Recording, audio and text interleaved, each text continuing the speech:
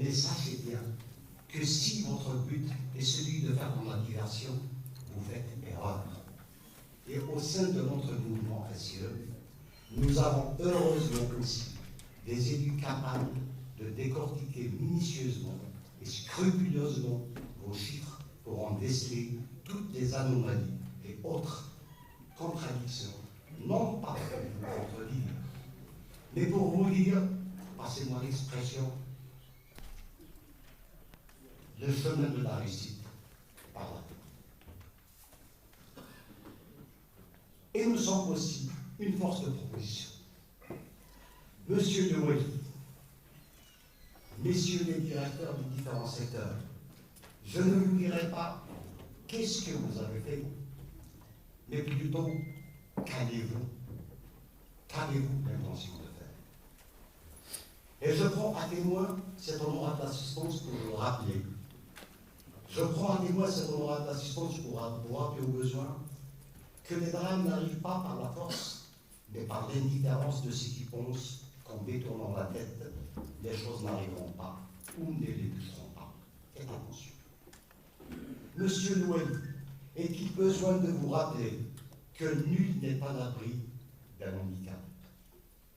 Est-il normal que c'est au paroxysme d'une embellie financière sans précédent, dans un pays qui peut nourrir tout un continent, qu'une commission sociale devait puiser d'un presque insignifiant budget de Oudaya, d'une cagnotte de fait tout aussi dérisoire pour l'octroi de matériel orthopédique au profit des personnes à mobilité limitée. Je vous laisse imaginer le désarroi d'un grand nombre de cette frange de la population qui n'a pas pu malheureusement en bénéficier. Je ne vous dis pas ma consternation. Monsieur Noël, ils sont près de 31 000 dans la Oudaya de Tiziouzou à attendre un geste sur votre part. Je parle des handicapés. Une autre préoccupation, et pas des moindres qui me tiennent à cœur, est celle de l'État, des établissements, et celle de l'État. Pardon, je m'excuse. Une autre préoccupation, et pas des moindres qui me tient à cœur, est celle de l'état de délabrement avancé dans lequel se trouvent nos établissements scolaires au sein même du chef-lieu de Oudaya, du lycée Stambouli à l'école Berkani, en passant par un CM Maïd, la même consternation, le même constat amer. L'absence de clôture dans certaines écoles et l'insécurité qui en découle est aussi défaillante, d'où le risque d'effondrement à tout moment. Branchement anarchique et parfois illicite au réseau électrique, c'est dans les écoles je parle. Effectifs très réduits des ouvriers polyvalents dans les établissements scolaires. Mais pas que. Parce que la plus grande des aberrations est illustrée par des pieds de pseudo-tables de classe qui sont plutôt des couteaux bien aiguisés qui déchirent les vêtements de nos élèves. Ça, c'est un résultat. Venons maintenant au sujet de l'habitat et découvrons ensemble le génie de certains de nos responsables à tuer l'espoir dans l'œuf. Monsieur Noé, je vous ai fait part, lors de la dernière session du problème des 204 logements et les spermes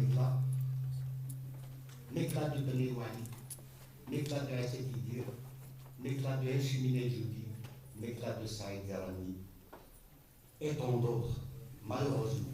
191 acquéreurs, les autres ne sont plus de ce monde. Et le 13e a rendu l'arme il y a à peine 2 mois. Attendent vainement la fin d'un calvaire qui n'a que trop duré, 18 ans, rien que ça. Sachez, monsieur Noël, que ces acquéreurs ont tous réglé leur rapport personnel. 2 tiers parmi eux ont contracté des crédits bancaires. D'autres se sont endettés et certains ont même soldé leur logement. Et ils ne sont pas pour autant devenus ni des coupeurs de route, ni des brûleurs de pneus. Pour terminer, je voudrais dire ceci. Et cela s'adresse à tous les responsables et à tous les niveaux. Je voulais dire par responsable les décideurs. Viendra indéniablement le jour où c'est votre propre conscience qui vous jugera. Faudrait-il que vous en ayez. Sinon, c'est l'histoire qui s'en chargera, même à titre posthume, et vous serez alors la honte de vos descendants. أول ما تريدوا المال ما تبغى لهنا كخفيك لا تقارن راس المال السيد الوالد لحديك ما اختار الجار دوال يعيش منكم كاملين لكن يدير كل السلام أولي والدها تنزيل. Merci.